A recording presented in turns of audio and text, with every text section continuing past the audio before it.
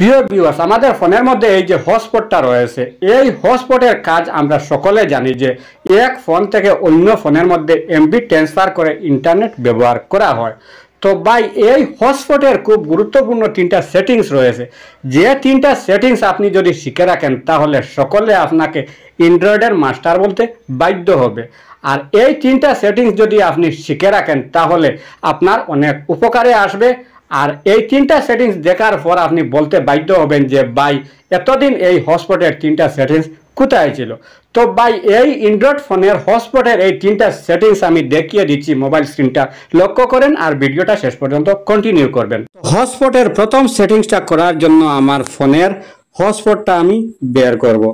তো এই যে রয়েছে আমার ফোনের হটস্পট, এই হটস্পটের মধ্যে আমি হাতের আঙ্গুল দিয়ে লং প্রেস করব। তো লং প্রেস করার পর এই যে এখানে একটা অপশনের মধ্যে লেখা রয়েছে কানেকশন ম্যানেজমেন্ট, এটার মধ্যে আমি একটা ক্লিক করব। তো ক্লিক করার পর এখানে তিনটা অপশন চলে এসেছে। তো সবার নিচের যে অপশনটা এখানে লেখা রয়েছে ডাটা ইউজিং লিমিট, এটার মধ্যে আমি আরেকটা ক্লিক করব। তো ক্লিক করার পর এই যে এখানে দেখতেছেন চলে এসেছে 10 জিবি। তো এখান থেকে যদি আমি নিচ দিকে ডাউন করি তাহলে সবার উপরে এই যে এখানে দেখতেছেন 10 এমবি লেখা রয়েছে, তারপরে 50 এমবি। তো আমি যদি আরো নিচ দিকে যাই তাহলে 100 MB, 200 MB, 500 MB, 1 GB, 5 GB, 10 GB unlimited. তো এই সেটিংসটা হচ্ছে আপনার ফোনের যদি কেউ হটস্পট চায় যে তাহার ফোনের মধ্যে আপনার ফোন থেকে এমবি নিয়ে সে ইন্টারনেট ব্যবহার করবে, তখন যদি আপনি লজ্জায় বলতে না পারেন যে ভাই আমার ফোনের এমবি আপনাকে দেব না, তখন আপনি এখানে এক কাজ করতে পারেন। এই যে সবার উপরে এখানে রয়েছে 10 এমবি, এইটা সিলেক্ট করে যদি আপনি কনফার্ম করে দেন বা আপনি যদি এখান থেকে 50 এমবি সিলেক্ট করে কনফার্ম করে দেন তাহলে এই এমবিটা তাহার ফোনের মধ্যে ইউজ করার পর সে আপনার ফোনের এমবি আর ইউজ করতে পারবে না। কিন্তু আপনার ফোনের যে হটস্পট আর তাহার ওয়াইফাই দুইটাই কানেক্ট দেখাবে, তারপরও আপনার ফোনের এমবিটা সে আর ইউজ করতে পারবে না।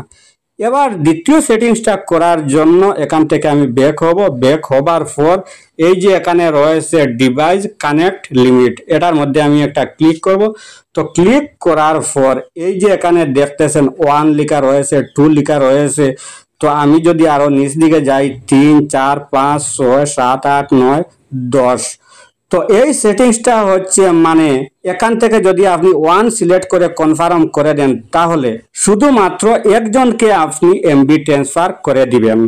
আর যদি এখান থেকে আপনি এই 2 সিলেক্ট করে এই কনফার্ম করে দেন তাহলে আপনি 2 জনকে এমবি ট্রান্সফার করে দিতে পারবেন। তো এখান থেকে যত আপনি সিলেক্ট করে দেবেন ততজন আপনার ফোনের এমবি ইউজ করতে পারবে।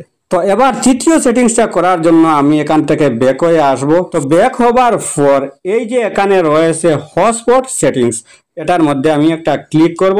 তো ক্লিক করার পর এই যে এখানে রয়েছে একটা অপশনের মধ্যে লেখা এপি ব্যান্ড, এটার মধ্যে একটা ক্লিক করব।